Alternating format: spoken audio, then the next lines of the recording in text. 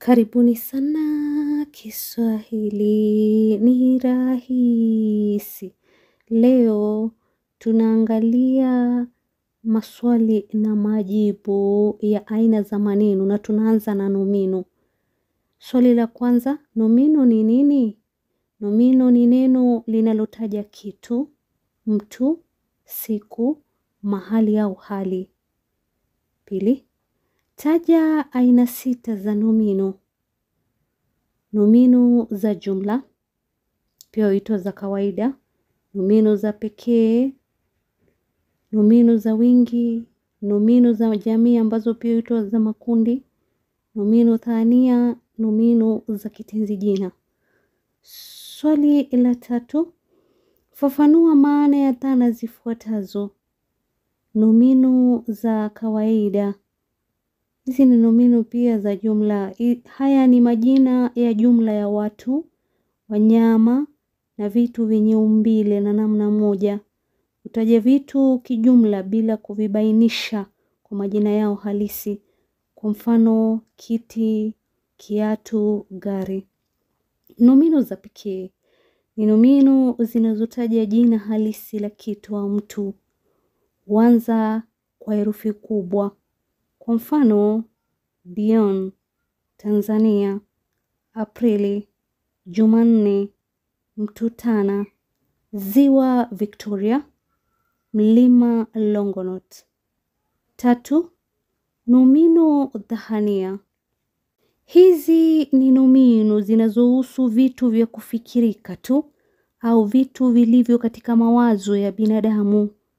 Kwa mfano, malaika, Mungu, shetani, pepo, jini, chuki, utundu, upole, laana, amani, wema. 4, nomino za kitenzi jina.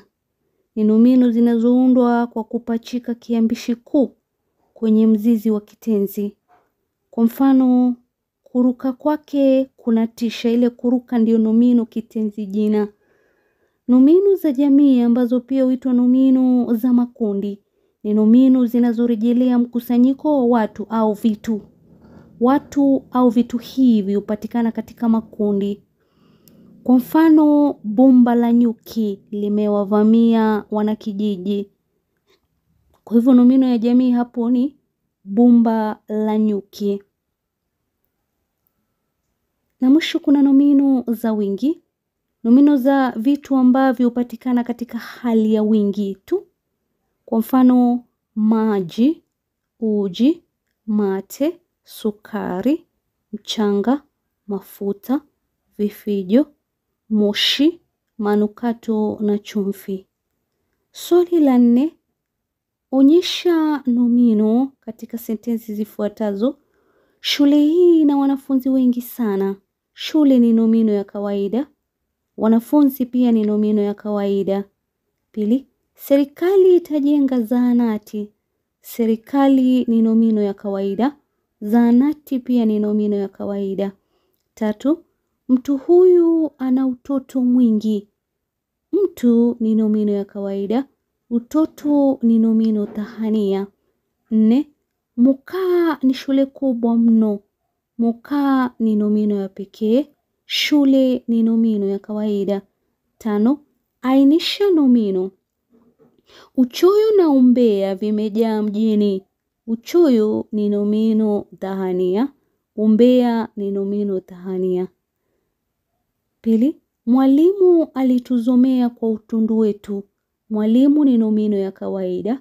Utundu ni nomino dhahania.